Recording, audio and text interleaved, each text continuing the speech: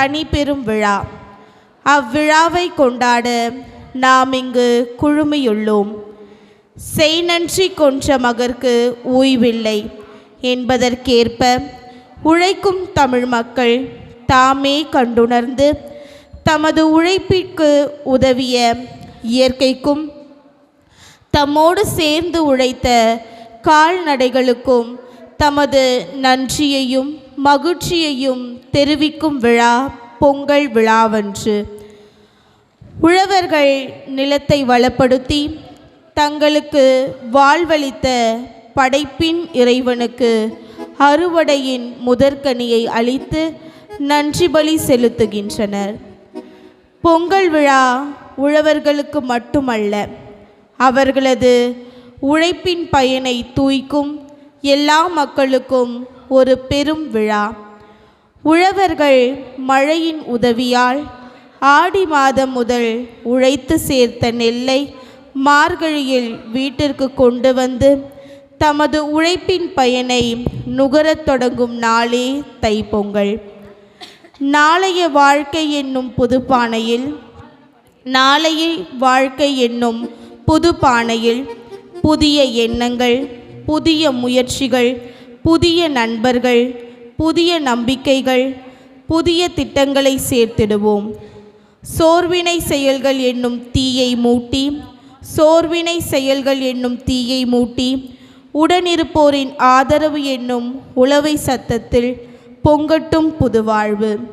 பொங்கும் பொங்கல் நோயில்லா வாழ்க்கையும் நிறைந்த செல்வமும் நம் வாழ்வில் எல்லா வளமும் பெற்று அன்புடனும் பாசத்துடனும் வாழ இனிய இந்த தை திருநாளில் எல்லாம் வல்ல இறைவனை வேண்டி இத்திருப்பலியில் இணைவோம்.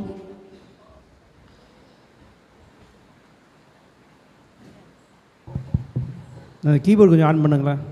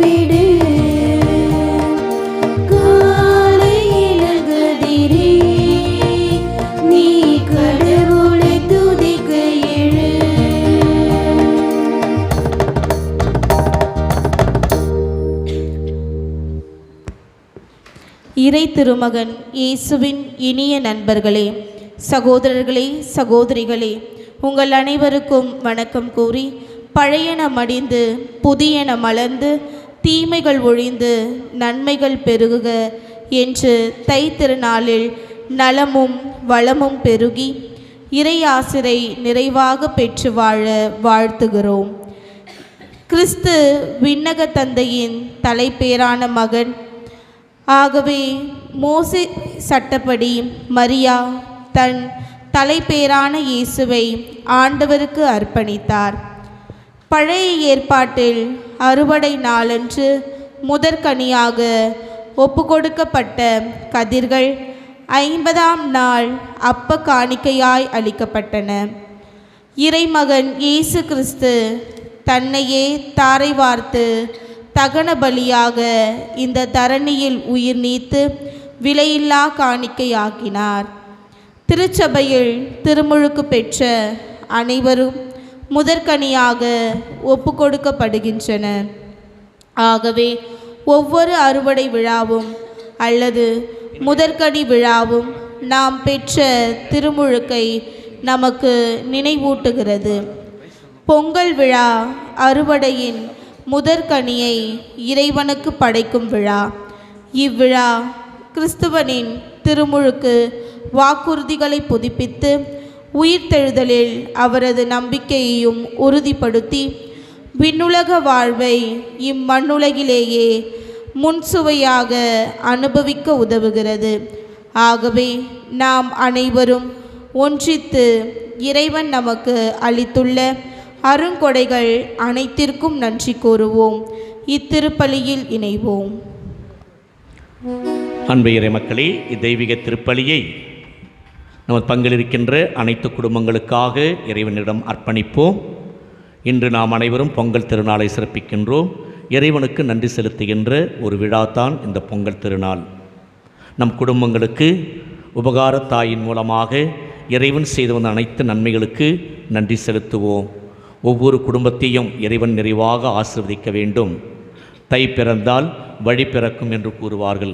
தை பிறந்த இந்த நாளிலே இறைவன் அனைத்து ஆசீர்வாதங்களையும் நமக்கு கொடுக்கின்ற ஒரு ஆண்டாக இது அமைய வேண்டும்.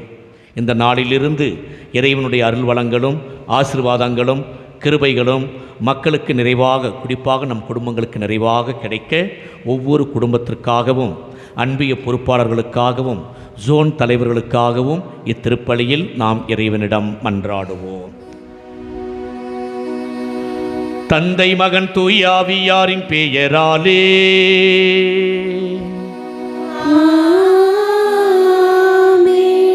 நம் ஆண்டவராகிய இயேசு கிறிஸ்துவின் அருளும் கடவுளின் அன்பும் தூய ஆவியாரின் நட்புறவும் உங்கள் அனைவரோடும் இருப்பதாக.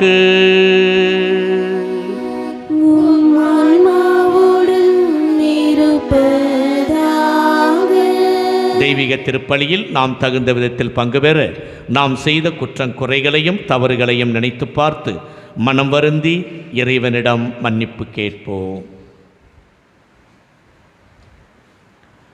எல்லாம் வல்ல இறைவனிடமும் சகோதர சகோதரிகளே உங்களிடமும் நான் பாவி என ஏற்றுக்கொள்கிறேன். ஏனெனில் என் சிந்தனையாலும் சொல்லாலும் செயலாலும் கடமையில் தவறியதாலும் பாவங்கள் பல செய்தேன். என் பாவமே, என் பாவமே, என் பெரும் பாவமே. ஆகையால் எப்பொழுதும் கன்னியான புனித மரியாவையும் வானதூதர் புனிதர் அனைவரையும் சகோதர சகோதரிகளே உங்களையும் நம் தேவனாகிய ஆண்டவரிடம் எனக்காக வேண்டிக் கொள்ள மன்றாடுகிறேன். எல்லாம் வல்ல இறைவன் நம் மீது இரக்கம் வைத்து நம் பாவங்களை மன்னித்து நம்மை நிலை வாழ்விற்கு அழைத்து செல்வாராக. ஆமென்.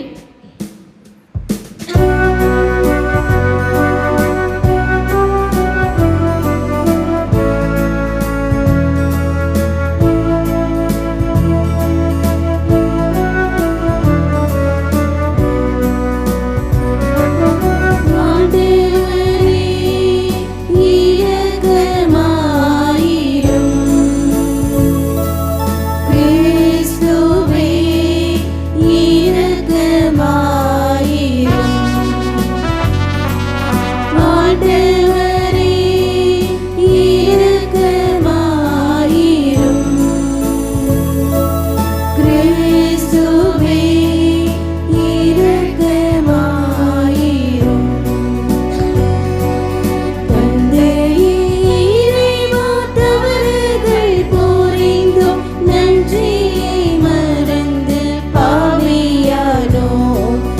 தந்தையே இறைவா தவறுகள் புரிந்தோம் நன்றியை மறந்து பாவியானோம் ஆண்டவரே இரக்கமாயிரும்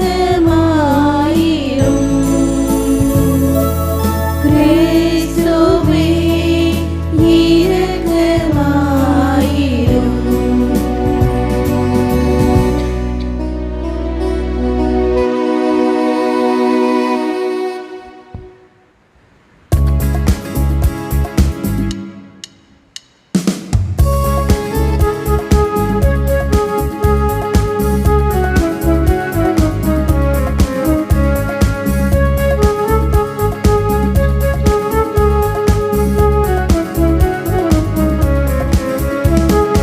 உன்னதங்களிலே கடவுளுக்கு மாட்சி உண்டாகுக உலகினிலே நல்மனதோர்க்கு அமைதி உண்டாகுக புகழ்கின்றோம் யாம் உம்மை வாழ்த்துகின்றோம் இறைவனே உமக்கு ஆராதனை புரிந்து உம்மை மாட்சிப்படுத்துகின்றோம் யாம் உமது மேலான மாட்சி பொருட்டு உமக்கு நன்றி கூறுகின்றோம் ஆண்டவராகிய இறைவனே இணையில்லாத விண்ணரசே ஆற்றல் அனைத்து கொண்டு இணங்கும் வள்ள தந்தை இறைவனே ஒரே மகனாக உதித்த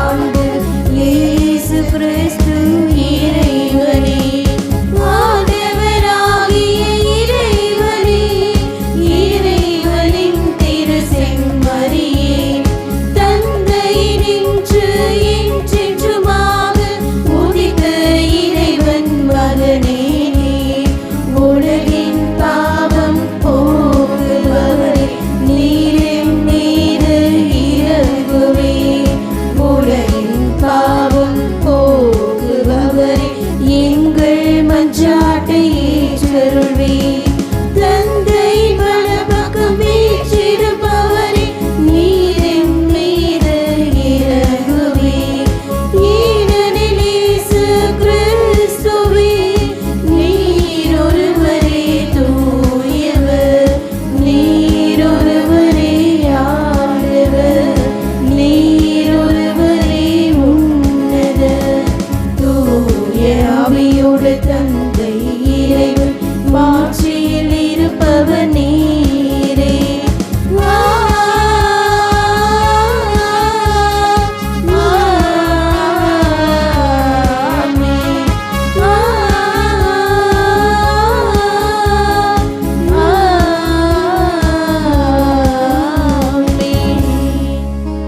மேலும் இத்திருப்பலியில் ஆரோக்கியராஜ் நல்ல உடல் சுகத்துடன் இருக்க வேண்டும் என்றும் அவருடைய குடும்ப கருத்துக்கள் நிறைவேற வேண்டும் என்றும் மன்றாடுவோம்.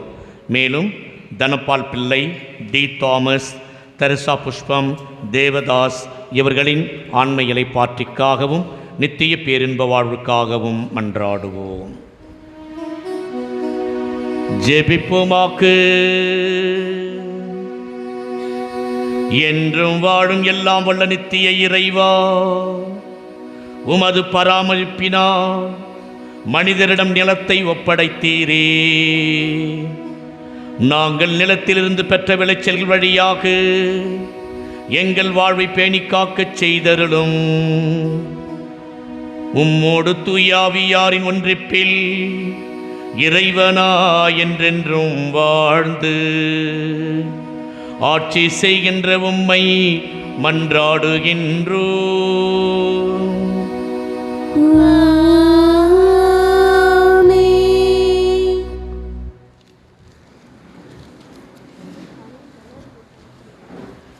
முதல் வாசக முன்னுரை.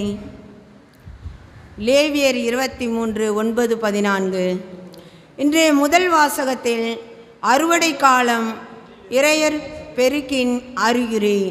ஆகவே நல்ல விளைச்சலை நல்கிய இறைவனுக்கு நன்றி செலுத்தும் விதமாக அறுவடையின் முதற்கனியாகிய கதிர்கட்டை இறைவனுக்கு காணிக்கையாக அளித்தனர் கூறும் இவ்வாசகத்திற்கு செவிமடுப்போம்.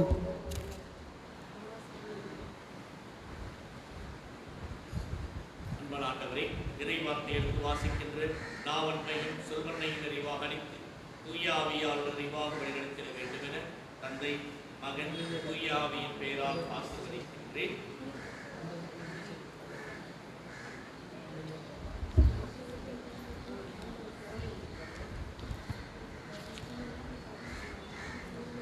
முதல் வாசகம் லேவியர் நூலிலிருந்து வாசகம்.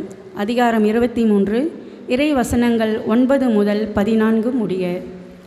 ஆண்டவர் மோசேயிடம் கூறியது: இஸ்ரேல் மக்களிடம் நீ சொல்ல வேண்டியது, நான் உங்களுக்கு கொடுக்கும் நாட்டில் நீங்கள் வந்து அறுவடை செய்யும் பொழுது அறுவடையின் முதல் விளைச்சலான ஒரு கதிர்கட்டினை குருவிடம் கொண்டு வர வேண்டும். உங்கள் சார்பாக ஏற்கத்தக்கதாக குரு அந்த தானிய கதிர்கட்டினை ஓய்வு நாளுக்கு பின்வரும் அடுத்த நாளில் ஆண்டவரின் திருமுன் ஆரத்தி பலியாக்குவார். அதனை ஆரத்தியாக காட்டுகின்ற அன்று ஆண்டவருக்கு எரிபலியாக ஓராண்டான பழுதற்ற ஆட்டுக்குட்டி ஒன்றை செலுத்துங்கள். 20 படி அளவுள்ள மரக்காலில் 10 பங்கான மிருதுவான மாவை எண்ணெயில் பிசைந்து ஆண்டவர் விரும்பும் நறுமணமிக்க எரிபலியாக செலுத்துங்கள். திராட்சை பழரசத்தை நீர்ம படையலாக படையுங்கள். உங்கள் கடவுளின் காணிக்கையை நீங்கள் கொண்டு வரும் அந்த நாள் வரை அப்பமோ சுட்ட கதிரோ பச்சை கதிரோ உண்ணலாகாது. இது நீங்கள் வாழும் இடமெங்கும் உங்களுக்கு பின் வரும் உங்கள் வழி மரபினரும் கடைபிடிக்க வேண்டிய என்றுமுள்ள நியமம் ஆகும். இது ஆண்டவர் வழங்கும் அருள்வாக்கு. இறைவனுக்கு நன்றி.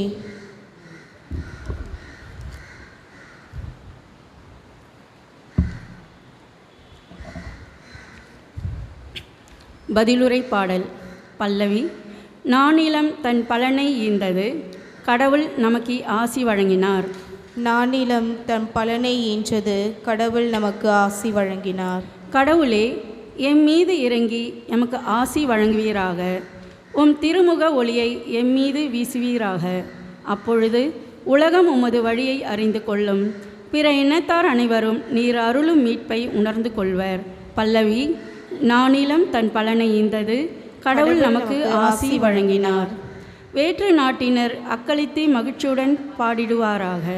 ஏனெனில் நீர் மக்களினங்களை நேர்மையுடன் ஆளுகின்றீர், உலகின் நாடுகளை வழிநடத்துகின்றீர். பல்லவி. நானிலம் தன் பலனை ஈந்தது, கடவுள் நமக்கு ஆசி வழங்கினார். நானிலம் தன் பலனை ஈந்தது, கடவுள் நமக்கு ஆசி வழங்கினார். கடவுள் நமக்கு ஆசி வழங்குவாராக. உலகின் கடையெல்லை வரை வாழ்வோர் அனைவரும் அவருக்கு அஞ்சுவாராக. பல்லவி. நானிலம் தன் பலனை ஈந்தது, கடவுள் நமக்கு ஆசி வழங்கினார்.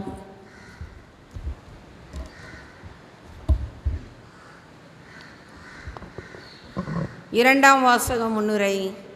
2 கொரிந்தியர் அதிகாரம் 9 இறைவசனங்கள் 6 முதல் 9 முடிய.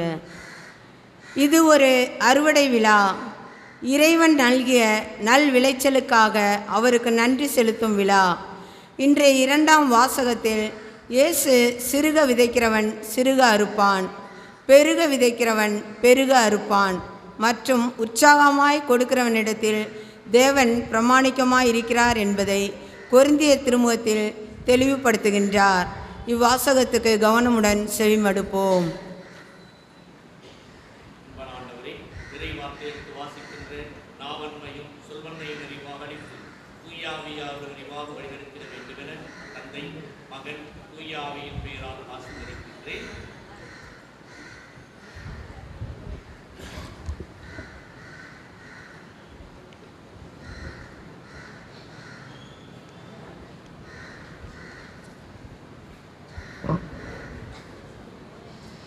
இரண்டாம் வாசகம்.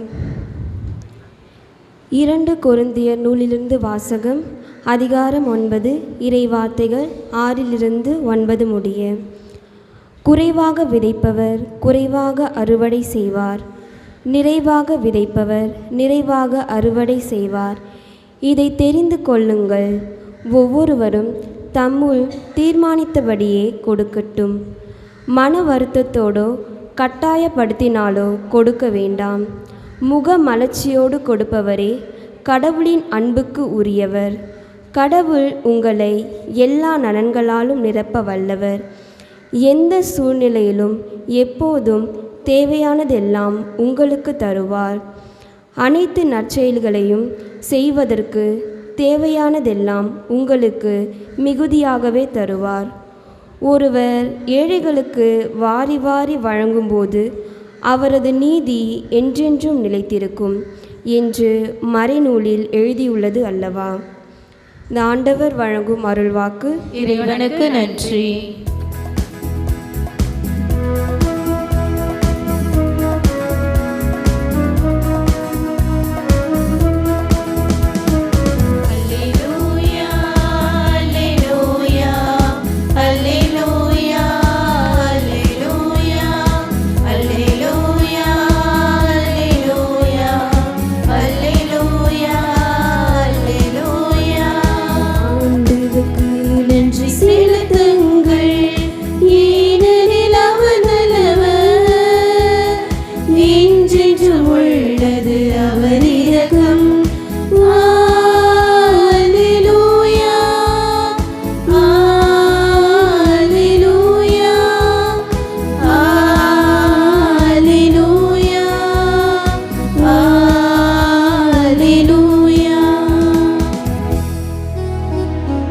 ஆண்டவர் உங்களோடு இருப்பாராக.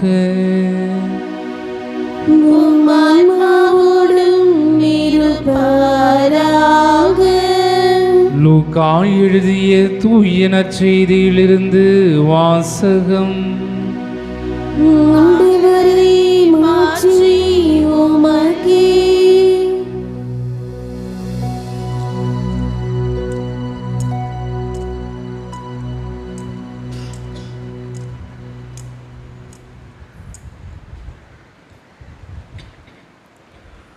லூக்கா எழுதிய தூய நற்செய்தியிலிருந்து வாசகம்.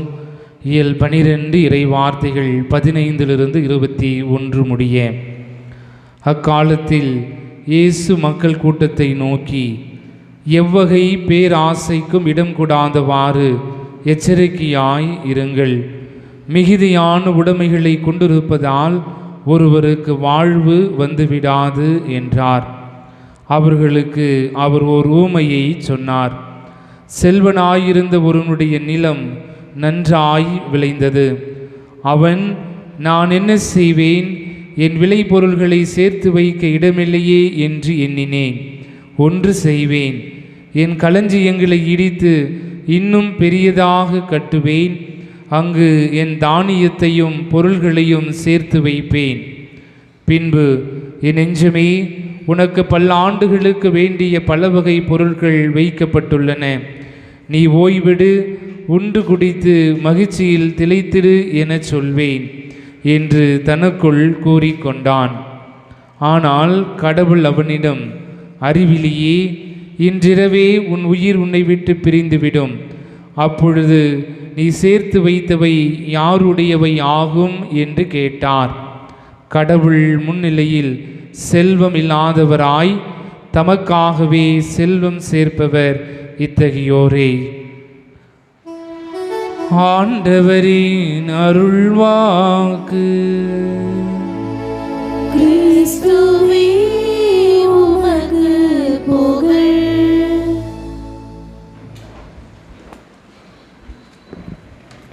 அன்புமிக்க இறை மக்களே, உங்கள் அனைவருக்கும் பொங்கல் திருநாள் வாழ்த்துக்களை தெரிவித்துக் கொள்கின்றேன். ஹாப்பி பொங்கல். மிக்க மகிழ்ச்சி.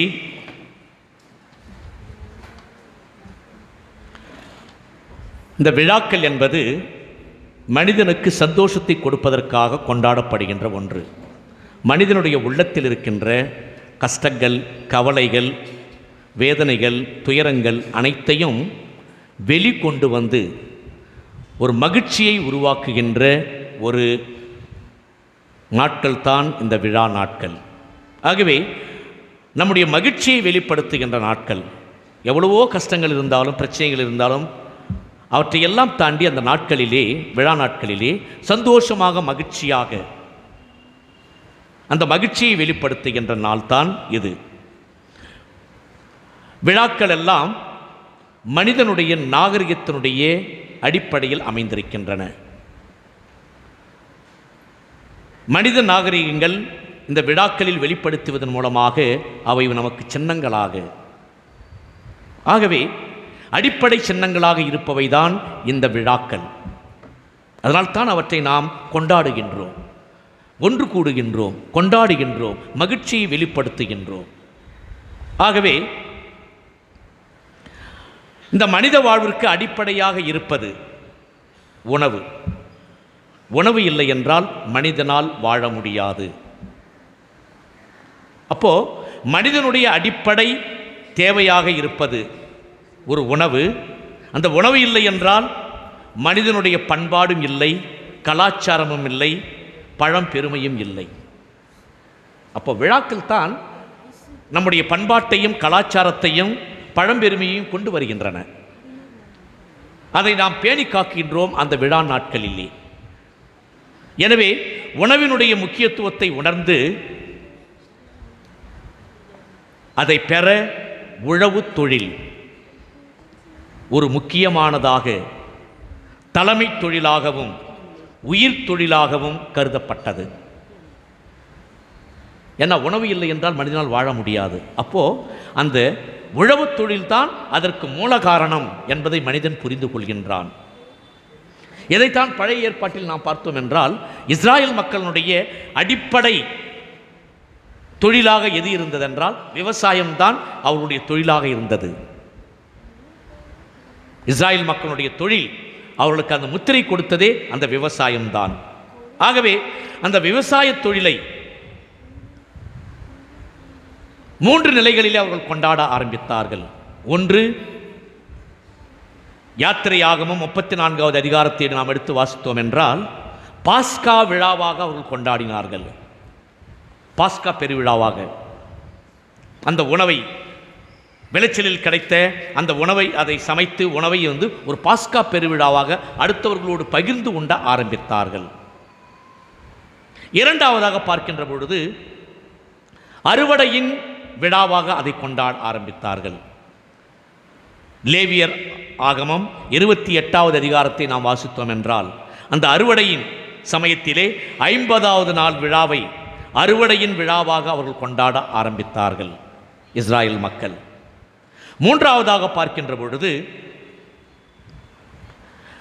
விடுதலை பயண நூல் 16வது அதிகாரத்தை எடுத்து வாசித்தோம் என்றால் திராட்சை அறுவடை முடிந்த பிறகு கடைசி முடிவிலே கூடார விழாவாக அதை கொண்டாடினார்கள். அப்போ இந்த கொண்டாட்டத்தை, இந்த மகிழ்ச்சியை, அவருடைய விவசாய தொழிலை, அந்த விவசாயம் செய்து அதிலிருந்தால் மனிதன் வாழ முடியும், பிழைக்க முடியும் என்று உணர்ந்த மனிதர்கள், இஸ்ராயல் மக்கள் 3 விழாக்களாக அவை சிறப்பித்தார்கள். பாஸ்கா விழாவாகவும் அறுவடை விழாவாகவும் கூடார விழாவாகவும் கொண்டாட ஆரம்பித்தார்கள். இந்த விழாக்கள் எல்லாம் கொண்டாடுவதனுடைய நோக்கம் விளைச்சலில் இறைவன் நமக்கு கொடுத்த கொடை, அவர் கொடுத்த அந்த விளைச்சலுக்கு நன்றி செலுத்துகின்ற விதமாக அவர்கள் அவற்றை கருதினார்கள்.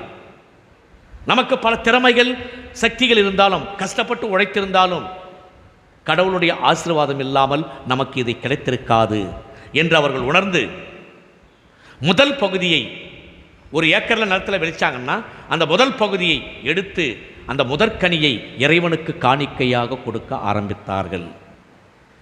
இறைவனால் தான் இந்த விளைச்சல் எனக்கு வந்தது, இறைவன் தான் எனக்கு கொடுத்தார் இதை, ஆகவே இறைவனுக்கு கொடுக்க வேண்டியது என்னுடைய கடமை என்று அந்த விளைச்சலுடைய முதல் பகுதியை, அதான் நம்ம நம்ம வீடுகளில் அந்த பழக்கம்தான், இஸ்ராயல் மக்களுடைய அந்த பழக்கம்தான் இன்றைக்கும் நம்மக்கிட்ட இருக்குது. வீடுகளில் பாருங்கள், ஒரு மரம் வச்சோன்னா, வாழை மரம் வச்சோன்னா அந்த முதல் வாழைத்தாரை கொண்டு வந்து கோயிலில் காணிக்கையை கொடுப்பாங்க. ஒரு மாமரம் வச்சான்னா அதில் வர்ற அந்த முதல் கனியை கொண்டு வந்து காணிக்கையாக கொடுப்பாங்க. அந்த முதல் விளைச்சலை கொண்டு வந்து இறைவனுக்கு காணிக்கையாக கொடுக்க ஆரம்பித்தார்கள். காரணம், இறைவன் எனக்கு கொடுத்தார், இறைவன் இல்லாமல் இது எனக்கு கிடைத்திருக்காது என்று அதை மீதி பகுதியை என்ன பண்ணுவாங்கன்னா, அந்த 1 ஏக்கரில் முக்காவாசி பகுதி எடுத்து மீதி பகுதி, பாதி பகுதி என்ன பண்ணுவாங்கன்னா, அனாதைகள், விதவைகள், கைவிடப்பட்ட மக்களுக்காக விட்டுடுவாங்க. இவங்க அறுவடை செய்ய மாட்டாங்க இஸ்ராயல் மக்கள். 1 ஏக்கர் இருந்துச்சுன்னா அந்த 1 ஏக்கரில் பாதி இவங்க எடுத்துக்கிட்டாங்கன்னா, பாதி அறுவடை செஞ்சு எடுத்தாங்கன்னா, அந்த பாதி அறுவடை செய்ததில் வந்து முதல் கனியை கடவுளுக்கு காணிக்கையாக கொடுப்பார்கள். மீதி வந்து என்ன பண்ணுவாங்க தெரியுமா, இவங்களுக்கு விட்டுடுவாங்க. ஏன்னா அவங்க யாரும் இல்லாதவர்கள், அவர்களுக்கு கொடுக்க வேண்டியது நம்முடைய கடமை. அந்த அனாதைகளுக்கும் விதவைகளுக்கும் கைவிடப்பட்ட மக்களுக்கும் அவங்க போயிட்டு அதை அறுவடை செஞ்சுக்குவாங்க. இப்படியாகத்தான் கொண்டாடி கொண்டு வந்தார்கள் இஸ்ராயல் மக்கள்.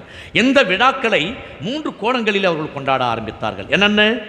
இதை நம்பிக்கையின் விழாவாக கொண்டாடினார்கள். நம்பினாங்க, கடவுளை நம்பினா மனுஷன், தன் உழைப்பை நம்பினா, நிலத்தை நம்புறான், இயற்கையை நம்புறான், எல்லாத்தையும் நம்புறான். நம்பிக்கை இல்லாமல் ஒன்று நடக்காது. ஆகவே எல்லாத்தையும் நம்ப ஆரம்பிக்கின்றான். அதைத்தான் நம்பிக்கையின் விழாவாக இந்த விழாவை கொண்டாட ஆரம்பித்தார்கள். தொடக்கம் முதல் இறுதி வரை அந்த விவசாயம் என்பது நம்பிக்கையின் அடிப்படையில் இருக்கின்றது.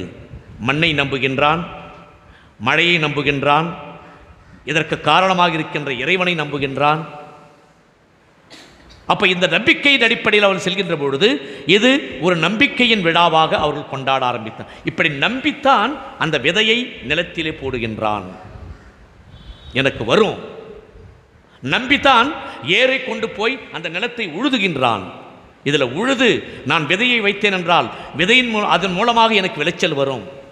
கடவுள் எனக்கு மழையை கொடுப்பார், கடவுள் எனக்கு சூரிய ஒளிச்சியை கொடுப்பார், நல்ல விளைச்சல் எனக்கு கிடைக்கும். இந்த நம்பிக்கையின் அடிப்படையில் கொண்டாடப்பட்டதனால் இதை நம்பிக்கையின் விழாவாக அவர்கள் கொண்டாட ஆரம்பித்தார்கள். அதே போன்று அந்த நம்பிக்கையை எதிர் வச்சுன்னா அடுத்து வருகின்ற நாட்களிலும் எனக்கு நல்ல ஒரு வளர்ச்சியை இறைவன் கொடுப்பார் என்று நம்புகின்றான் மனிதன். அப்படி நம்பிக்கையில் இருப்பதனால் தான் இது நம்பிக்கையின் விழாவாக அவர்கள் கொண்டாட ஆரம்பித்தார்கள். இரண்டாவதாக பார்க்கின்ற பொழுது இதை உழைப்பின் விழாவாக, உழைக்கணும். பவுலடிகளார் சொல்வார், உழைக்க மனம் இல்லாதவன் உண்ணலாகாது. கஷ்டப்பட்டு உழைக்கணும். சோம்பேறித்தனமாக இருந்து மேலே வரணும்னு நினைக்கின்றாலும் அது வாழ்க்கை அல்ல. வேர்வை சிந்துக்கின்ற அளவுக்கு அவன் கடின உழைப்பாளியாக இருக்கின்றான். அந்த உழைப்பு என்பது புனிதமானது, உழைப்பு என்பது மேன்மையானது, உழைப்பு என்பது இறைவனுக்கு ஏற்புடையது என்பதை அவன் உணர்ந்து கஷ்டப்பட்டு உழைக்க ஆரம்பிக்கின்றான். அந்த வேர்வை மனிதனுடைய உடம்பிலே இருக்கின்ற அந்த வேர்வை நிலத்தில் விழ வேண்டும், விழக்கூடிய அளவிற்கு அவன் கஷ்டப்பட்டு உழைக்கின்றான். ஆகவே இதை உழைப்பின் விழாவாக அவர்கள் சிரமிக்க ஆரம்பித்தார்கள். மூன்றாவதாக பார்க்கின்ற பொழுது இந்த விழாவை நன்றியின் விழாவாக சிறப்பித்தார்கள் இஸ்ராயல் மக்கள். நான் என்னதான் கஷ்டப்பட்டு உழைச்சாலும், ஏறு உழுது வேர்வை சிந்தி தண்ணி பாய்ச்சி எல்லாத்தையும் நான் செஞ்சாலும் சரி, விதையை போட்டாலும் சரி, இது எல்லாம் நல்ல விளைவதற்கு காரணமே இறைவன்தான். இறைவன் காற்றை கொடுத்தார், ஒளியை கொடுத்தார், சூரிய ஒளியை, மழையை கொடுத்தார். இவை இல்லாமல் இந்த விளைச்சல் வருவதற்கு வாய்ப்பில்லை. அப்போ இந்த அறுவடை நல்ல விளைவதற்கு காரணமே இறைவன் தான். ஒட்டுமொத்த நான் கஷ்டப்பட்டு உழைச்சேன், அதில் வரைக்கும் ஒரு சந்தேகம் இல்லை. கஷ்டப்பட்டு உழைத்தாலும் இறைவனுடைய ஆசீர்வாதத்தால் தான் இவையெல்லாம் வந்தது என்று நினைத்து இறைவனுக்கு இதை நன்றியின் விழாவாக கொண்டாட ஆரம்பிக்கின்றார்கள். இப்படியாக பல கோணங்களிலே 3 நிலைகளிலே இவர்கள் இந்த இஸ்ராயல் மக்கள் இந்த விழாக்களை கொண்டாடி வந்தார்கள். அதைத்தான் இன்று தமிழர்களாகிய நாமும் அப்படித்தான் கொண்டாடுகின்றோம். அப்போ இது எங்கிருந்து வந்த பழக்கம் என்றால் இஸ்ராயல் மக்களிடமிருந்தே வந்த ஒரு பழக்கம். பழைய ஏற்பாட்டிலே இதை நாம் பார்க்கின்றோம். அறுவடை எப்படி அவர்கள் செய்தார்கள், எப்படி வாழ்ந்தார்கள், எப்படி நன்றி செலுத்தினார்கள், எப்படி அதை பகிர்ந்து கொண்டார்கள், அப்படி என்று எந்த நிலையில் தான் அவர்கள் நம்பிக்கையின் விழாவாகவும் உழைப்பின் விழாவாகவும் நன்றியின் விழாவாகவும் இந்த அறுவடை விழாவை கொண்டாட ஆரம்பித்தார்கள். இப்போ நாம் பார்க்கின்ற பொழுது இந்த நன்றி விழா 3 நிலைகளிலும் நாம் கொண்டாடுகின்றோம். நேற்று போகி பண்டிகையை கொண்டாடினோம். இந்த போகி பண்டிகை என்பது மார்கழி மாதத்தினுடைய இறுதி நாளிலே சிறப்பிக்கப்படுகின்ற ஒன்று. மார்கழி மாதம் கடைசி நாள் வீடையெல்லாம் சுத்தம் பண்ணுறது, சுத்தம் பண்ணி பழைய பொருட்கள் எல்லாம் கொண்டு வந்து கொளுத்தி போகி வீட்டுக்கு ஒரு புது நிலையை கொண்டு வருவது தான் இந்த போகி. அந்த ஏன் பழையத்தையெல்லாம் கொண்டு போயிட்டு கொடுத்துறாங்க, வீட்டை சுத்தம் பண்ணுறாங்க அப்படின்னா எதுக்கும் ஒரு ஆன்மீக அர்த்தம் இருக்கின்றது. இந்த போகி பண்டிகையினுடைய நோக்கமே நாம் வீட்டை சுத்தம் பண்ணி வீட்டில் இருக்கிற பழைய பொருளெல்லாம் கொண்டு போய் கொடுத்துறது ஒரு பக்கம் இருந்தாலும், அது வெளிப்படையாக இருந்தாலும், நம் உள்ளத்தில் இருக்கின்ற அழுக்குகள், தீய சிந்தனைகள், தீய செயல்பாடுகள் அனைத்தையும் நாம் குளித்து விட வேண்டும், தூய்மையாக வைக்க வேண்டும். எப்படி போகி பண்டிகையின் பொழுது வீட்டை ரொம்ப நல்லா சுத்தம் பண்ணுவாங்க, ஒயிட் வாஷ் பண்ணுவாங்க, சுத்தம் பண்ணுவாங்க, வீட்டில் இருக்கிறது எல்லாத்தையும் தூண்டும் போது குளித்துடுவாங்க, இது பண்ணுவாங்கன்னா அது போன்று தான் நம் உள்ளமும் இருக்க வேண்டும்.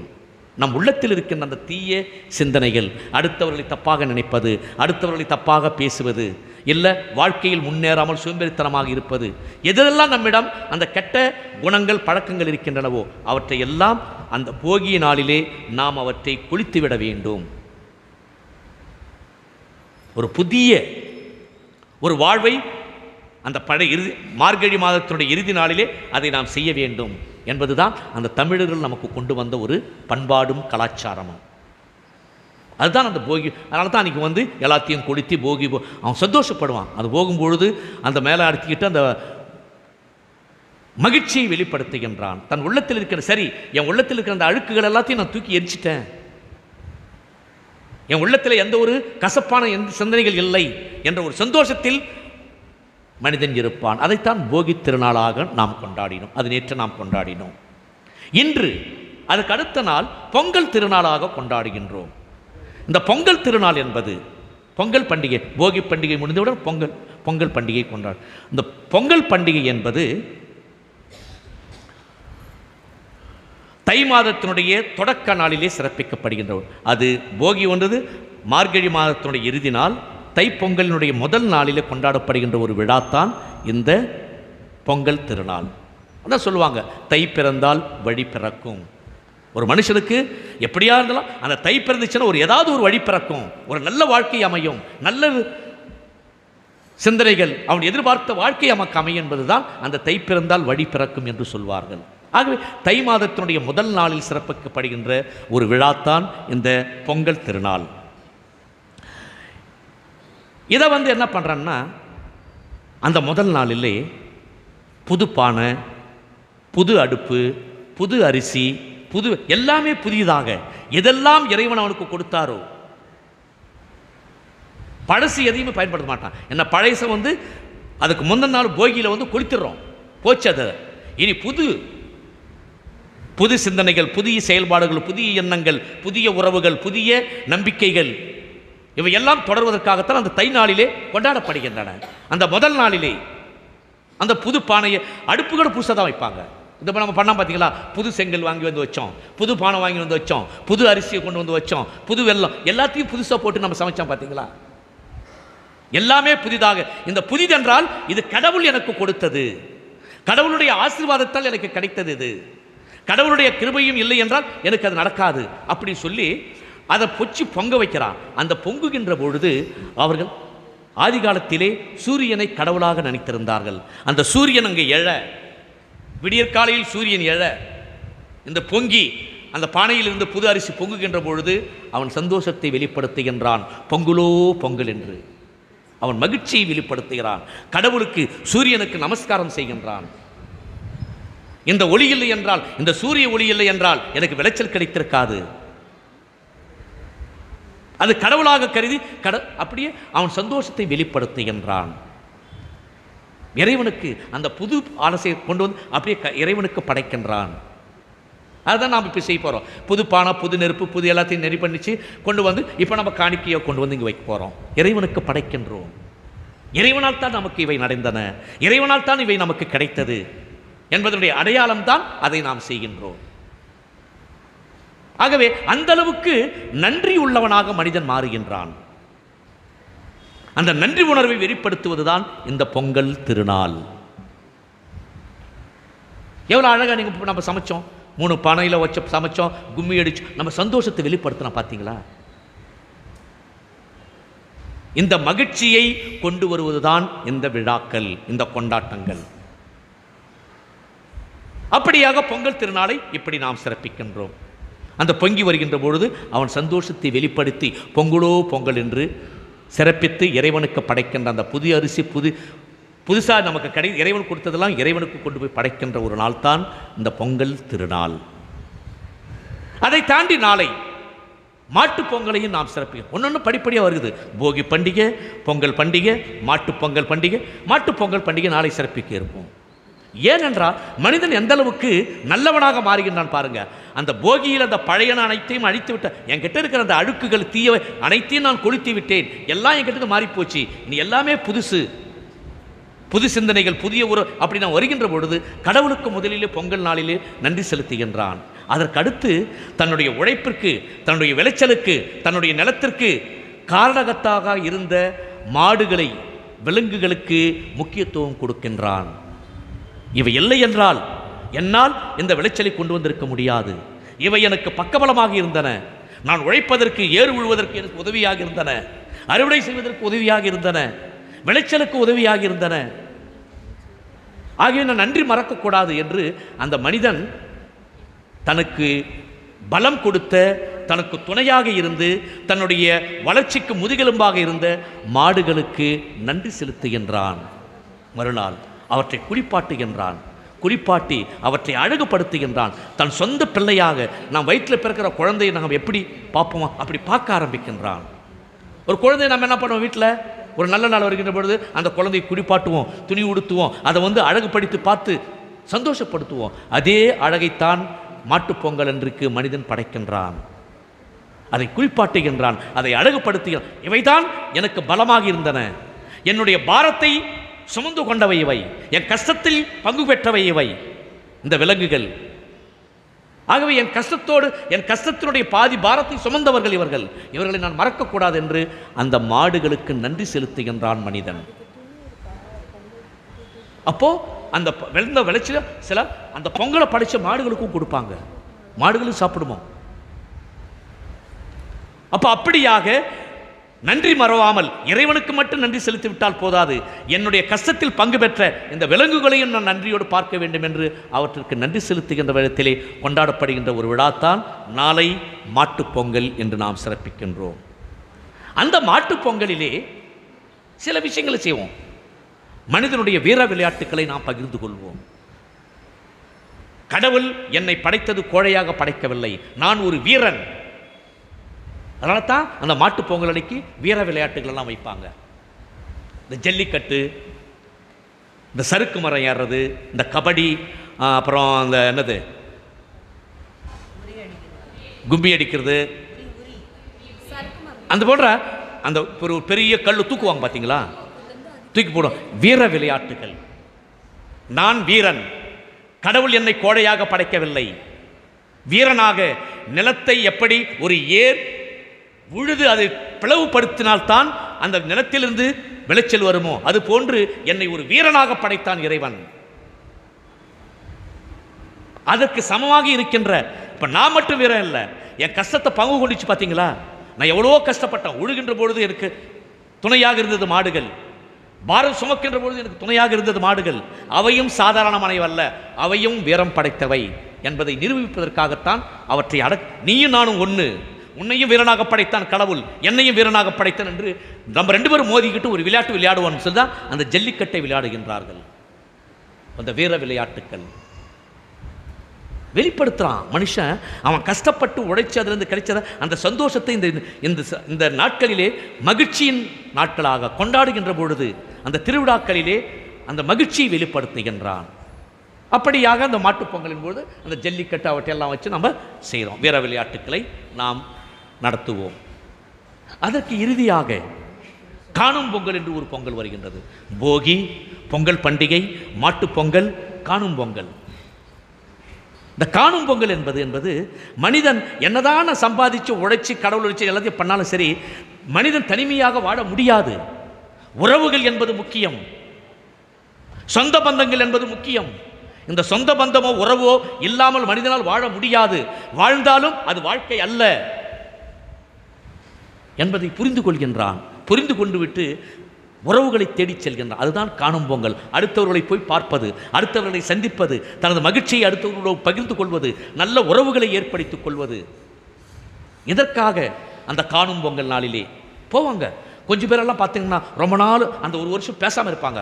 கூட பிறந்தவங்களாம் இருப்பாங்க, அண்ணன் தங்கச்சியோ தக்கா தங்கச்சியோ அண்ணன் தம்பியோ யாராவது இருப்பாங்க. சரி, நம்ம வாழ்ந்த வாழ்க்கை ஒரு நரக வாழ்க்கைடா, அந்த போகியில் நான் இதில் குளித்துடுறேன், இப்படி இருக்கக்கூடாது. நான் இந்த புதிய வருடத்தில் இந்த தை பிறந்துச்சு, என் வாழ்க்கையில் ஒரு நல்லதை பிறக்க வேண்டும். சரி, நான் போய் பேசாமல் இருந்த அண்ணனுடைய தங்கச்சியோட அல்ல கூட பிறந்தவங்களோ இல்லை பகைவர்களோடு போய் உறவை ஏற்படுத்திக் கொள்வது தான் இந்த காணும் பொங்கல். போய் சந்திக்கணும் அவங்கள, போய் அவர்களோடு நல்ல உறவை, சரி நடந்து போச்சு, இப்படி உறவை ஏற்படுத்திக் கொள்வது தான், சொந்த பந்தங்களுக்கு முக்கியத்துவத்தை கொடுப்பது தான், சொந்த பந்தங்களை உருவாக்கி கொள்வது தான் இந்த காணும் பொங்கல்.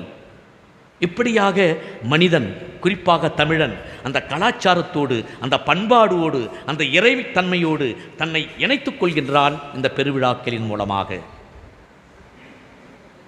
அப்பேற்பட்ட விழாக்களைத்தான் இன்று நாம் சிறப்பிக்கின்றோம் அன்புமிக்க இறை மக்களே. ஆகவே இதற்கென்று ஒரு வரலாறு இருக்கின்றது, இதற்கென்று ஒரு கலாச்சாரம் இருக்கின்றது, இதற்கென்று ஒரு கண்ணியம் இருக்கின்றது, ஒரு பண்பாடு இருக்கின்றது.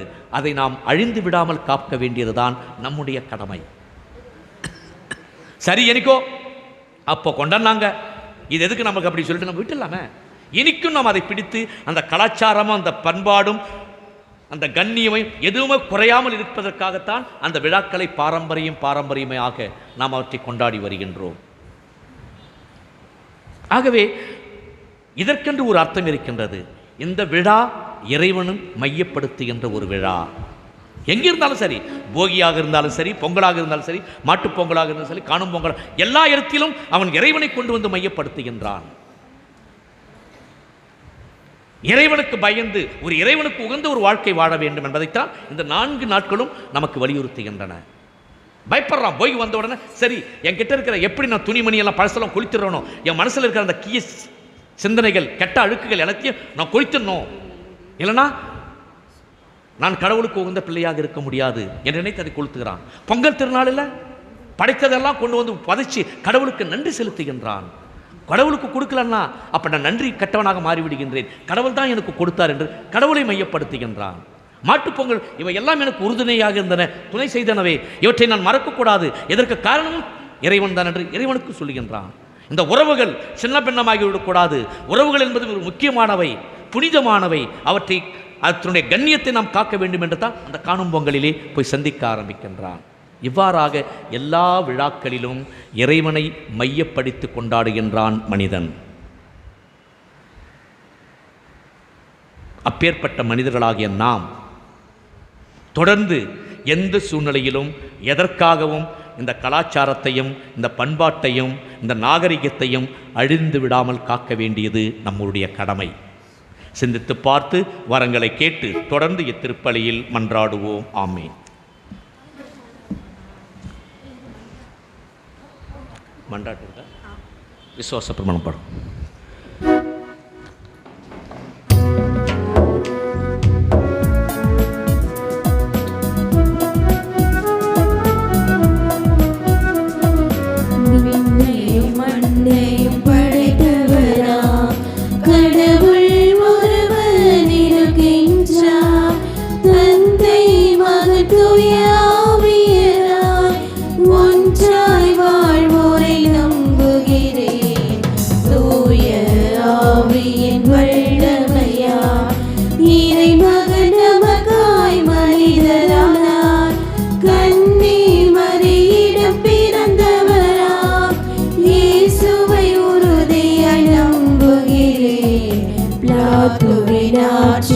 பாடுபட்டார், சிலுவையில் இருந்து அடக்கப்பட்டார், 3ஆம் நாளில் உயிர்த்தெழுந்தார், இறப்பின் மீது வெற்றி கொண்டார்.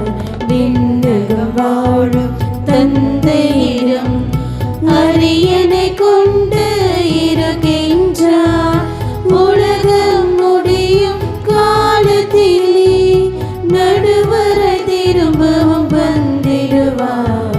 தூய ஆவியாரை நம்புகிறேன், பாரினில் அவர் துணை வேண்டுகிறேன், பாவ மன்னிப்பு தூய்மை பெற்று பரிகார வாழ்வில் நிலைத்திடுவேன்.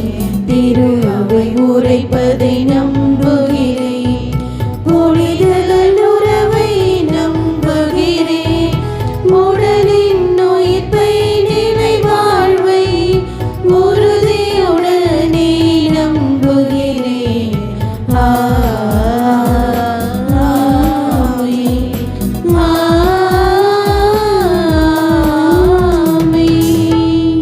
மன்றாட்டுக்கள். நம்பிக்கையாளர்களின் மன்றாட்டு. எம்மை படைத்து பராமரிக்கும் பரம்பொருளே இறைவா, நீர் எங்களுக்கு கொடையாக தந்த இயற்கைக்காகவும் அதன் பலன்களுக்காகவும் நன்றி கூறுகிறோம். இந்த வளமிக்க இயற்கையை நாங்கள் பாதுகாத்து என் பின்வரும் சந்ததியினரும் அதன் பலன்களை பெறும் வண்ணம் வாழ்ந்திட வரமருள புனித உபகார அன்னை வழியாக உம்மை மன்றாடுகிறோம். இல்லாமல் இறைவா, புனித உபகார அன்னை வழியாக எங்கள் மன்றாட்டை தயவாய் கேட்டருளும். சேற்றில் பதித்து வெயில் மழை பாராமல் எப்போதும் விளை நிலங்களில் பணிபுரியும் எமது விவசாய நண்பர்களுக்காக மன்றாடுகிறோம்.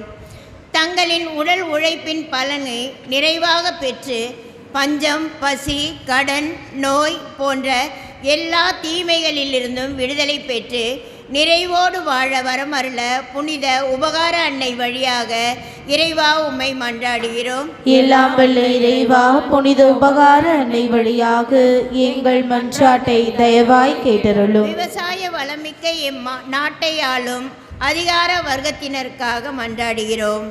தங்கள் சுயநலத்தை மறந்து ஏழை எளிய விவசாய மக்களின் வாழ்வு வளம் பெற விவசாய தொழில் சிறக்க சட்டத்திட்டங்களை இயற்றி செயல்படுத்தும் மனதிடனை அவர்களுக்கு அளித்தருளுமாறு புனித உபகார அன்னை வழியாக இறைவா உம்மை மன்றாடுகிறோம். இல்லாமல் இறைவா, புனித உபகார அன்னை வழியாக எங்கள் மன்றாட்டை தயவாய் கேட்டருளும்.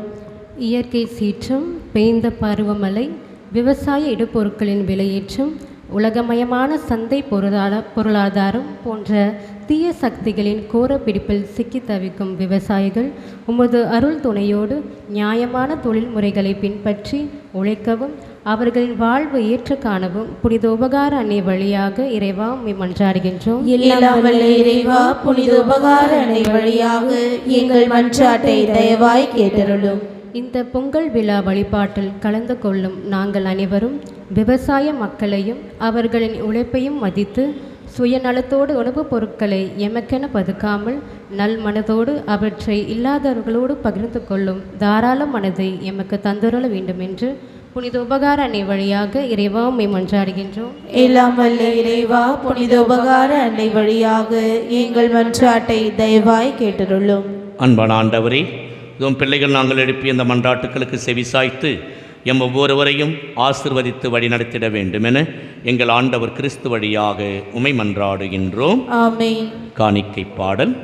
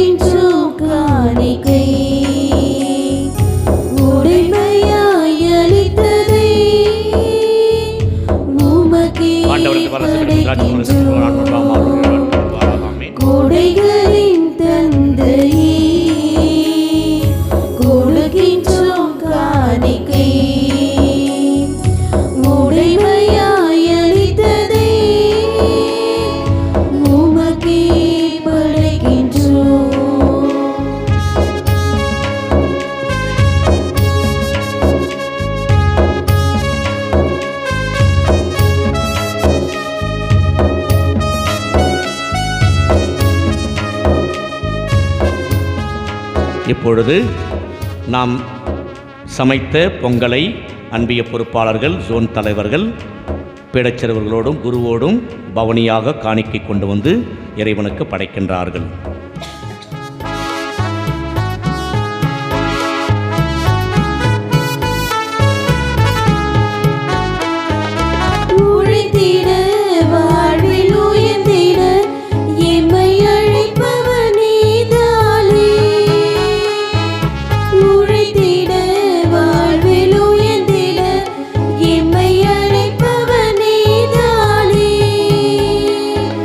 புது யுகம் வந்து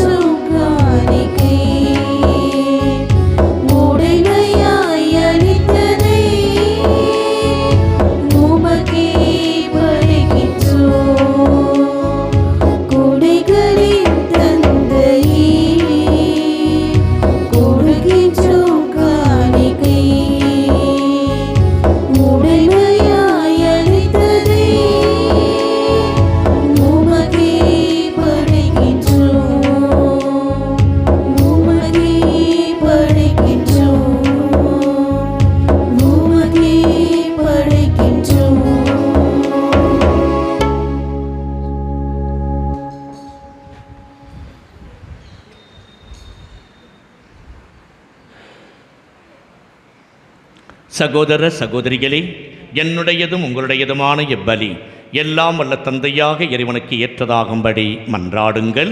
ஆண்டவர் தம் திருப்பெயரின் புகழ்ச்சிக்காகவும் ஆட்சிக்காகவும் தமது நன்மைக்காகவும் புனித திரு அவையின் அனைத்து நலன்களுக்காகவும் உமது கை நின்று பலியை ஏற்றுக்கொள்வாராக.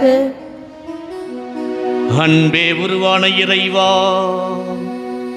வளமான நிலத்தில் விளைந்து இக்காணிக்கைகளை புனிதப்படுத்தியருளும்.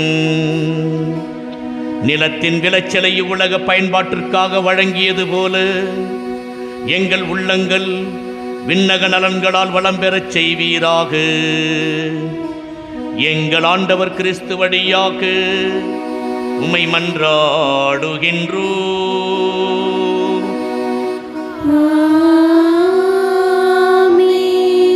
ஆண்டவர் உங்களோடு இருப்பாராக.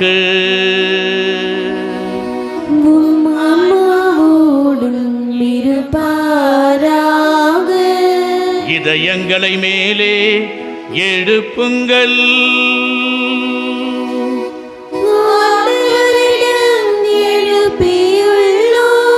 நம் இறைவனாகிய ஆண்டவருக்கு நன்றி கூறுவோம்.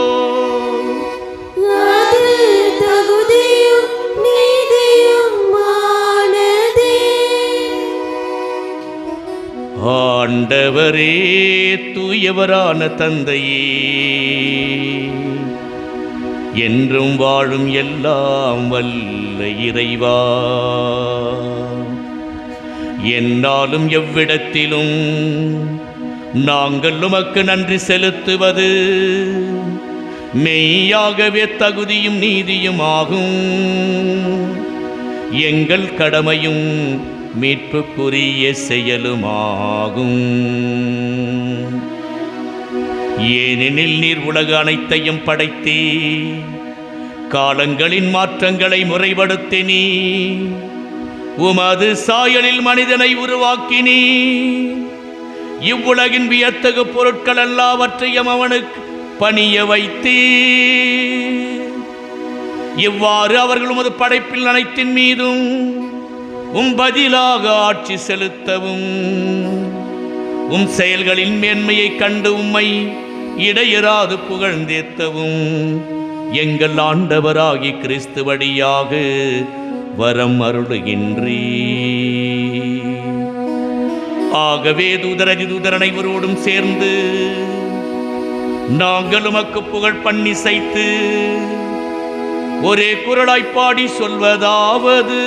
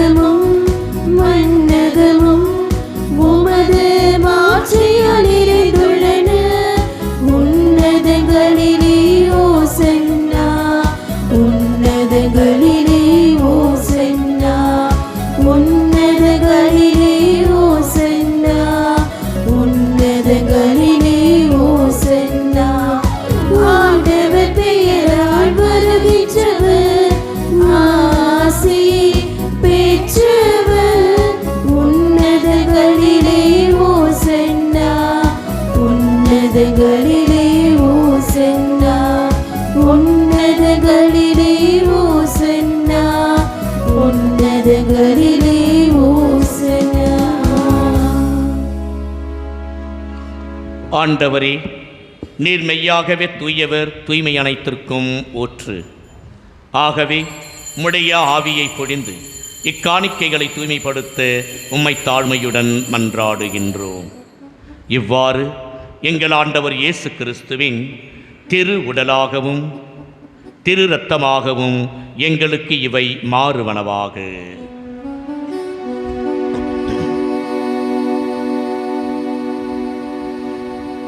அவர் பாடுபட உளம் கனிந்து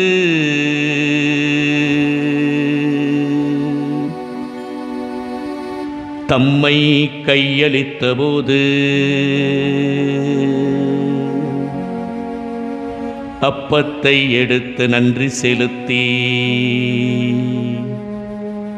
தம் சீடர்களுக்கு அளித்து இயேசு கூறியதாவது: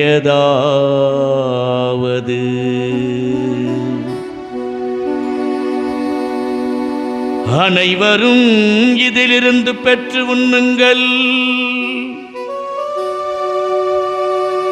ஏனெனில் இது உங்களுக்காக கையளிக்கப்படும் என்னுடல். ஆராதிக்கின்றோம், நாங்கள் ஆராதிக்கின்றோம் இயேசுவின் உடலை, ஆராதிக்கின்றோம், ஆராதிக்கின்றோம், நாங்கள் ஆராதிக்கின்றோம் இயேசுவின் உடலை, ஆராதிக்கின்றோம்.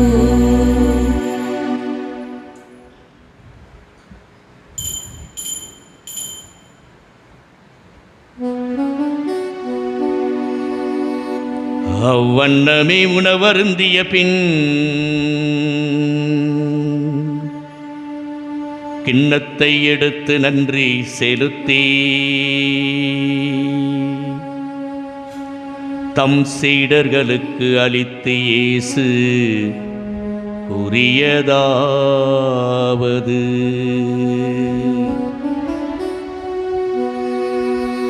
அனைவரும் இதிலிருந்து பெற்று பருகுங்கள், ஏனெனில் இது புதிய நிலையான உடன்படிக்கைக்குரிய என் இரத்தத்தின் கிண்ணம். இது பாவ மன்னிப்புக்கென்று உங்களுக்காகவும் பலருக்காகவும் சிந்தப்படும். இதை என் நினைவாக செய்யுங்கள்.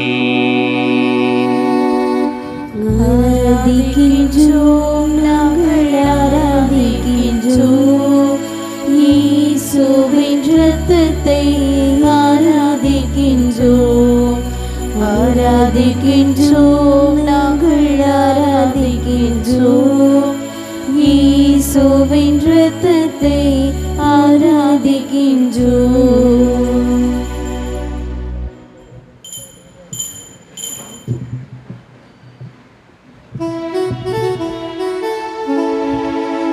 இது விசுவாசத்தின் மறைபொருள். ஆண்டவரே, நீர் வருமளவும் உமது இறப்பினை அறிக்கையிடுகின்றோம், உமது உயிர்ப்பினையும் எடுத்துரைக்கின்றோம். ஆகவே ஆண்டவரே, நாங்கள் கிறிஸ்துவின் இறப்பினையும் உயிர்ப்பினையும் நினைவு கூர்ந்து வாழ்வு தரும் அப்பத்தையும் மீட்பளிக்கும் கிண்ணத்தையும் உமக்கு ஒப்பு கொடுக்கின்றோம். உம் திருமுனின்று உமக்கு ஊழியம் புரிய தகுந்தவர்களென எங்களை ஏற்றுக்கொண்டீர். எனவே உமக்கு நன்றி செலுத்துகின்றோம். மேலும் கிறிஸ்துவின் உடலிலும் இரத்தத்திலும் பங்கு கொள்ளும் எங்களை தூய ஆவியார் உண்டு சேர்க்க வேண்டுமென உமை தாழ்மையுடன் மன்றாடுகின்றோம். ஆண்டவரே, உலகெங்கும் பரவியிருக்கும் அது திரு அவையை நினைவு கூர்ந்தருளும். எங்கள் திருத்தந்தை லியோ, எங்கள் ஆயர் நீதிநாதன், எல்லா திருநிலையினர் ஆகிய அனைவரோடும் உமது திரு அவை அன்பில் நிறைவு பெறச் செய்தருளும். உயிர்த்தெழும் எதிர்நோக்குடன் துயில் கொள்ளும் எங்கள் சகோதர சகோதரிகளையும் இறந்தோர் அனைவரையும் இரக்கத்துடன் நினைவு கூர்ந்து உமது திருமுக ஒளியினுள் ஏற்றருளும். எங்கள் அனைவர் மீதும் இரக்கமாயிரும். கடவுளின் கன்னித்தாயான புனித மரியன்னை, அவருடைய கணவரான புனித யோசேப்பு, புனித திருத்தூதர்கள், இவ்வுலகில் உமக்கு உகந்தவர்களாயிருந்தோர் ஆகிய புனிதர் அனைவருடனும் நாங்கள் நிலை வாழ்வில் பங்கு கொள்ளும் தகுதி பெற்று உம் திருமகன் இயேசு கிறிஸ்து வழியாக உம்மை புகழ்ந்தேத்து மரமருள உம்மை மன்றாடுகின்றோம்.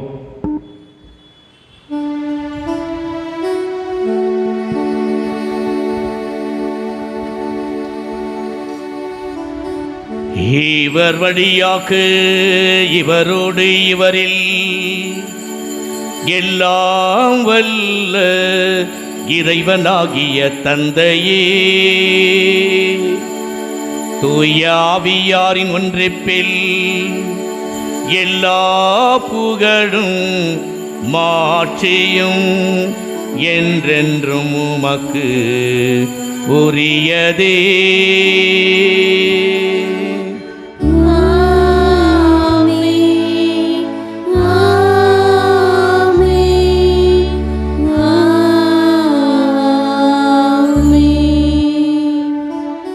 மீட்பரின் கட்டளையால் கற்பிக்கப்பட்டு இறை படிப்பினையால் பயிற்சி பெற்ற நாம் துணிந்து பாடுவோம். விண்ணுலகில் இருக்கின்ற எங்கள் தந்தையே, உமது பெயர் தூயதென போற்ற பெருக, உமது ஆட்சி வருக, உமது திருவுளம் விண்ணுலகில் நிறைவேறுவது போல மண்ணுலகிலும் நிறைவேறுக. எங்கள் அன்றாட உணவை இன்று எங்களுக்கு தாரும். எங்களுக்கு எதிராக குற்றம் செய்வோரை நாங்கள் மன்னிப்பது போல எங்கள் குற்றங்களை மன்னியும். எங்களை சோதனைக்கு உட்படுத்தாதேயும், தீமையிலிருந்து எங்களை விடுவித்தருளும். ஆண்டவரை தீமை அனைத்திலிருந்து எங்களை விடுவித்து எங்கள் வாழ்நாளில் அமைதியை கனிவுடன் அருளும் மன்றாடுகின்றோம். முதிய இரக்கத்தின் உதவியால் நாங்கள் பாவத்திலிருந்து எப்பொழுதும் விடுதலை பெற்று யாதொரு கலக்கமும் என்று நலமாயிருப்போமாக. நாங்கள் எதிர்நோக்கி இருக்கும் பேரின்பத்திற்காகவும் என் மீட்பராகிய இயேசு கிறிஸ்துவின் இரண்டாவது வருகைக்காகவும் காத்திருக்கின்றோம். ஆண்டவராகிய இயேசு கிறிஸ்து அமைதி உங்களுக்கு விட்டு செல்கின்றேன், என் அமைதியை உங்களுக்கு அளிக்கின்றேன் என்றும் அப்போஸ்தலருக்கு மொழிந்தீரே. எங்கள் பாவங்களை பாராமல் உமது திருச்சபையின் விசுவாசத்தை கண்ணோக்கி உமது திரு உள்ளத்திற்கு ஏற்ப அதற்கு அமைதியும் ஒற்றுமையும் அளித்தருள்வீராக. என்றென்றும் வாழ்ந்து ஆட்சி செய்கின்றவர் நீரே. ஆமென். ஆண்டவருடைய அமைதி உங்களோடு என்றும் இருப்பதாக.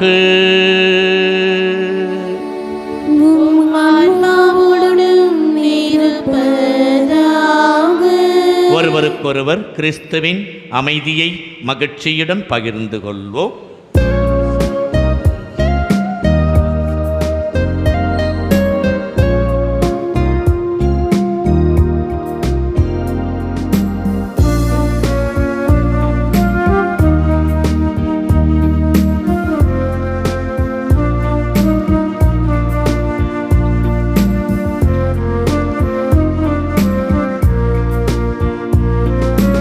உலகின் பாவம்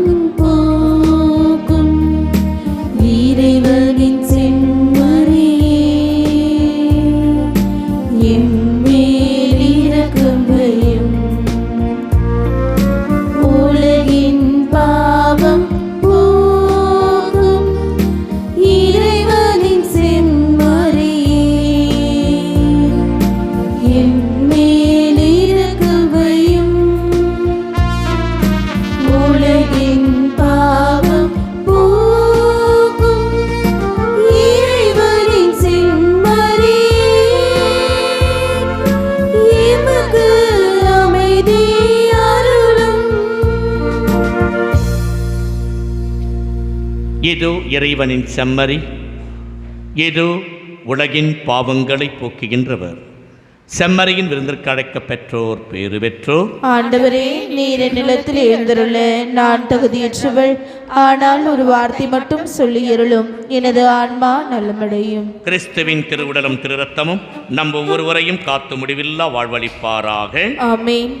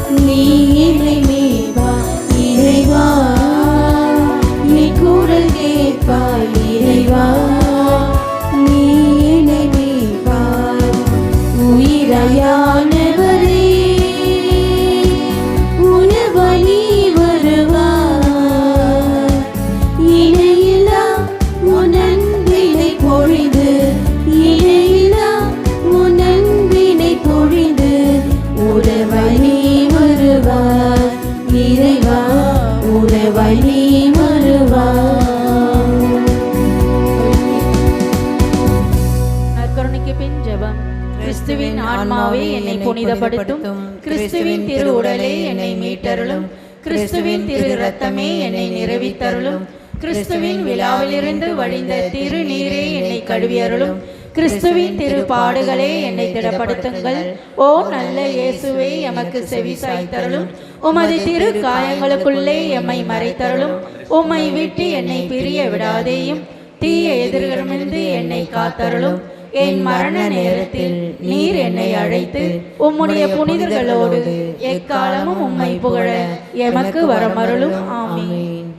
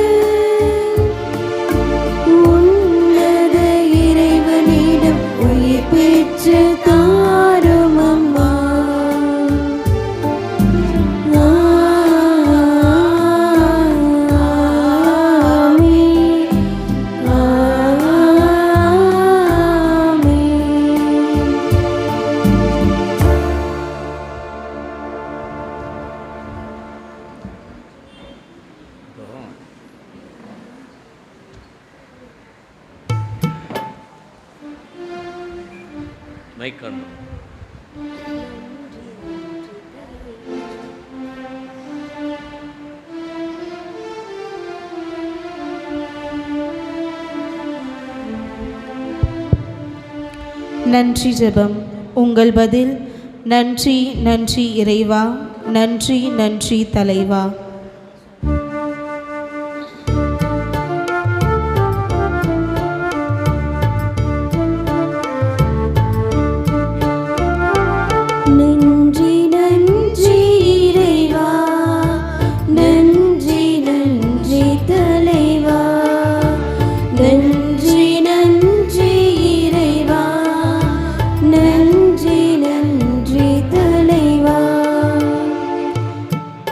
இன்றும் வாழும் தந்தாய், உம் ஞானமும் பேரன்பும் விளங்க இவ்வுலகத்தை படைத்து மனிதனை அப்படைப்பின் சிகரமாய் வைத்து அவனை அதன் ஆளுநனாக ஏற்படுத்தியதற்காக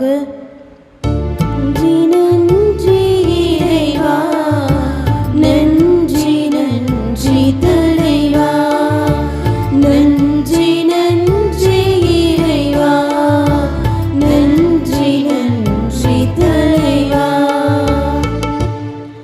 உழைக்கும் கரங்களுக்கு ஆற்றல் மிக அளித்து உமது படைப்பின் வளத்தை மக்கள் அனைவரும் பெற்று மகிழ செய்வதற்காக நன்றி நன்றி இறைவா, நன்றி நன்றி தலைவா, நன்றி நன்றி இறைவா, நன்றி நன்றி தலைவா. எமக்கு நல்ல மழையை தந்து நிலத்தை வளப்படுத்தி நிரம்ப பலனை தந்ததற்காக நன்றி நன்றி இறைவா, நன்றி நன்றி தலைவா, நன்றி நன்றி இறைவா, நன்றி நன்றி தலைவா. எங்கள் உழைப்பை ஆசிர்வதித்து எங்கள் வாழ்வில் நிறைந்த மகிழ்ச்சியையும் அமைதியையும் அளித்ததற்காக நன்றி நன்றி இறைவா, நன்றி நன்றி தலைவா, நன்றி நன்றி இறைவா, நன்றி நன்றி தலைவா.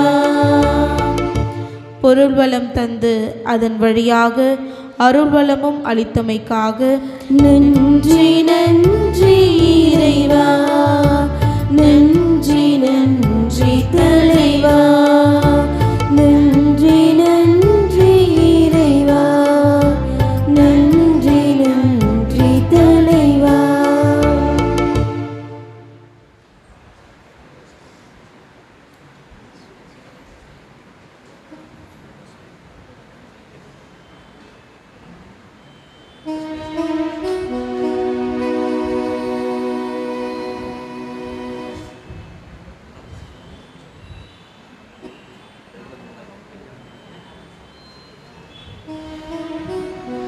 உட்காருங்க மிக்க இறை மக்களே. இப்பொழுது நம்ம என்ன செய்வோம்னா, பொங்கல் சமைத்ததற்கு பரிசுகள் கொடுத்துருவோம்.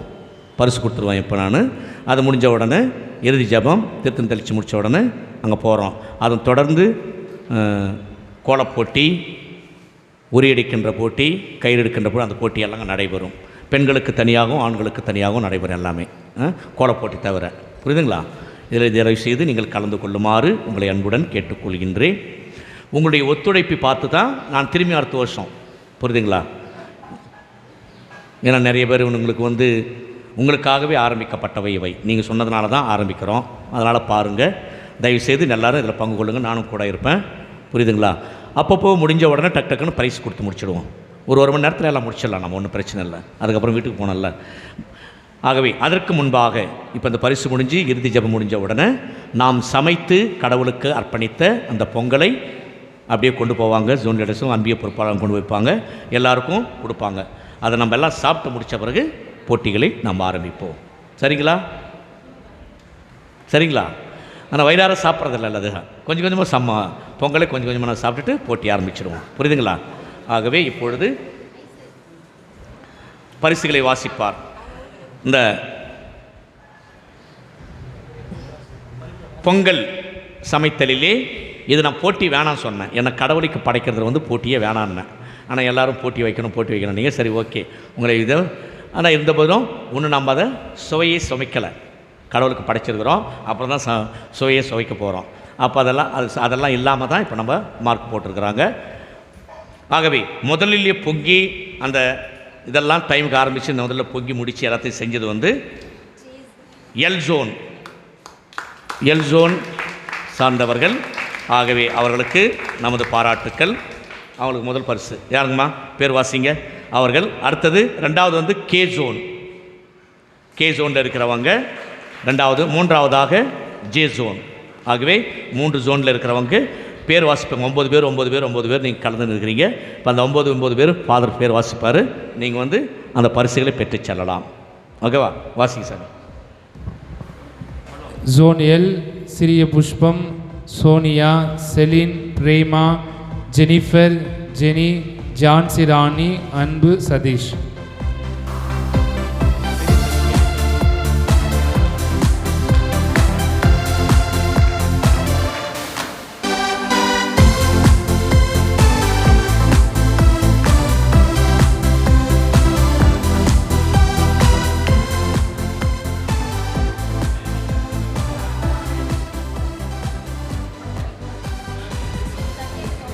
சிறிய Pushpam, Sonia, Celine, Prema, Jennifer, Johnny, Jhansi Rani, Anbu, Satish.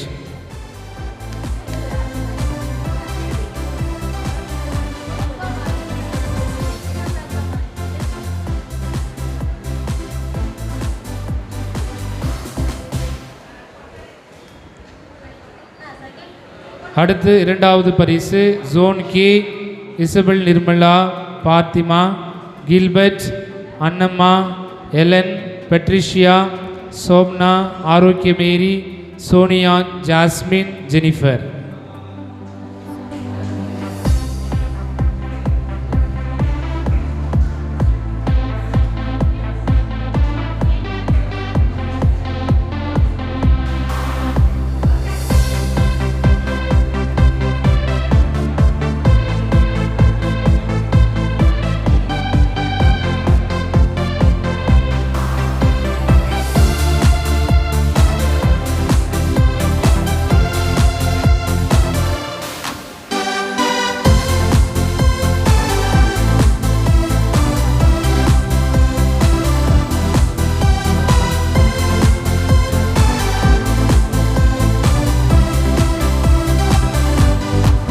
Zone J Ellen, Vimal Kumar, Radhika, Sheena, Susan, Amos, Reni, Joyce, Nirmala.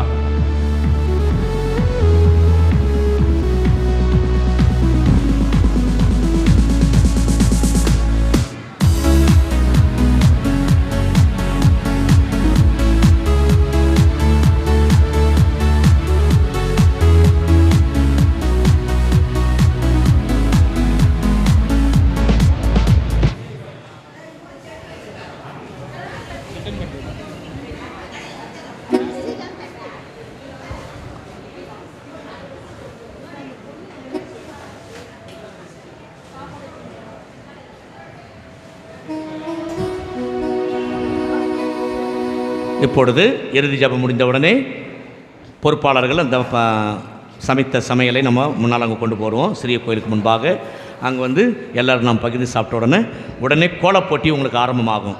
கோலப்போட்டியில் கலந்துக்கிறவங்க பெண்கள் எல்லாம் தயவுசெய்து உங்களுக்கு ஏற்கனவே அந்த இதில் கொடுத்துருக்குறோம், லவ் கார்டில் வந்து ரூல்ஸ் அண்ட் ரெகுலேஷன் கொடுத்துருக்குறோம், அது ஆரம்பிக்கும். உரியடிக்கின்ற போட்டி தொடர்ச்சியாக அங்கே நடைபெறும். ஆண்களுக்கு தனியாகவும் பெண்களுக்கு தனியாகவும். கயிறு எடுக்கின்ற போட்டி ஆண்களுக்கு தனியாகவும் பெண்களுக்கு தனியாகவும் நடக்கும். சரிங்களா? கலந்து கொள்ளும். அன்புமிக்க இறை மக்களே, உங்கள் அனைவருக்கும் நான் நன்றி சொல்ல கடமைப்பட்டிருக்கின்றேன். நல்ல முறையில் இந்த விழா நடைபெறுவதற்கு நேற்றிலிருந்து நிறைய பேர் உழைத்திருக்கிறீங்க. நம்முடைய அருட்சகோதரிகள் இந்த பேடத்தை எல்லாம் நல்லா அலங்கரிப்பு செய்து நல்லா செய்தார்கள். ஜோன் லீடர்கள், அன்பிய பொறுப்பாளர்கள், நீங்கள்லாம் முன்கூட்டியே வந்து அந்த கோலம்லாம் போட்டு டெக்கரேஷன் எல்லாம் பண்ணி இதெல்லாம் நிறைய செஞ்சுருக்கிறீங்க. ஆகவே உங்களுக்கு எனது மனமார்ந்த நன்றிகளையும் பாராட்டுக்களையும் தெரிவித்துக் கொள்கிறேன்.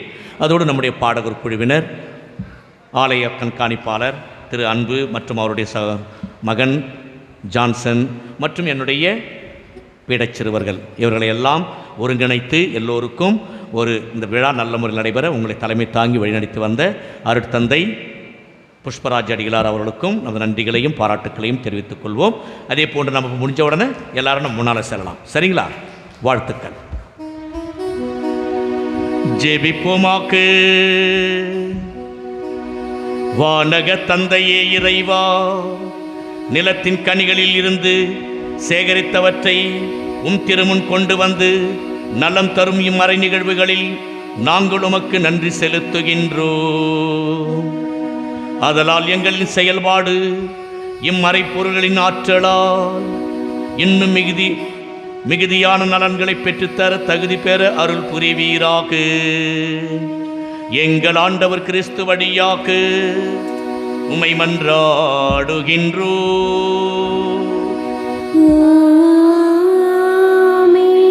ஆண்டவர் உங்களோடு இருப்பாராக.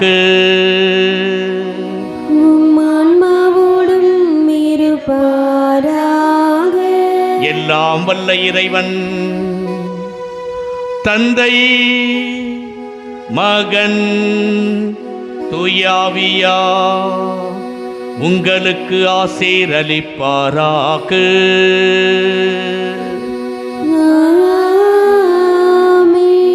அன்னையின் அரவணைப்பில் சென்று வாருங்கள், திருப்பலி நிறைவேறிற்று. இறைவனுக்கு நன்றி.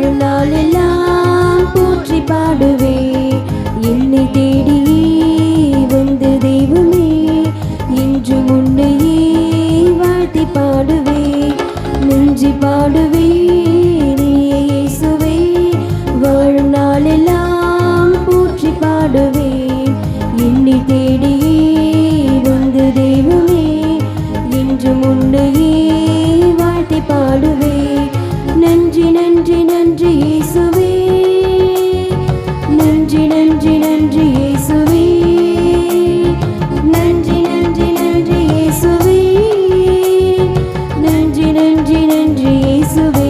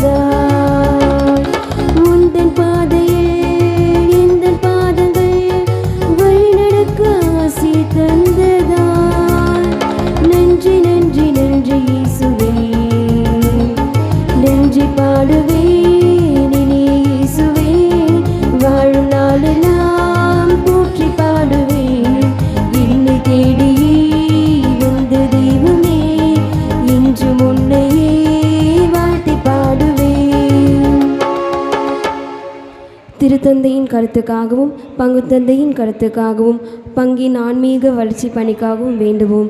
விண்ணுலகில் இருக்கின்ற எங்கள் தந்தையே, உமது பெயர் தூயதென போற்ற பெருக, உமது ஆட்சி வருக, உமது திருவுளம் விண்ணுலகில் நிறைவேறுவது போல மண்ணுலகிலும் நிறைவேறுக. எங்கள் அன்றாட உணவை இன்று எங்களுக்கு தாரும். எங்களுக்கு எதிராக குற்றம் செய்வோரை நாங்கள் மன்னிப்பது போல எங்கள் குற்றங்களை மன்னியும். எங்களை சோதனைக்கு உட்படுத்தாதேயும், தீமையிலிருந்து எங்களை விடுவித்தருளும். ஆமேன். அருளறிந்த மரியே வாழ்க, ஆண்டவரும் உடனே பெண்களுக்குள் ஆசி பெற்றவள் நீரே. உம்முடைய திருவயிற்றின் கன்னியாகிய இயேசுவும் ஆசி பெற்றவரே.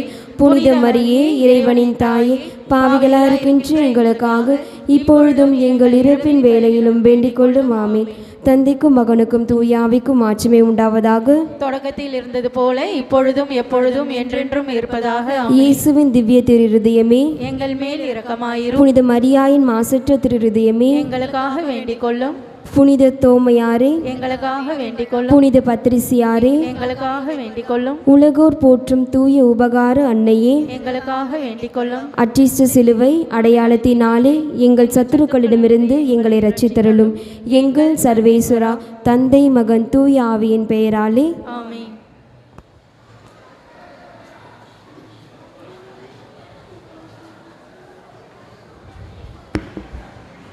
சின்ன கோயிலுக்கு முன்னால் போயிடுவோம் எல்லாரும். அங்கே போய் நம்ம பொங்கல் சாப்பிட்டு அங்கே நம்ம போட்டிகளை ஆரம்பிப்போம் விரைவில்.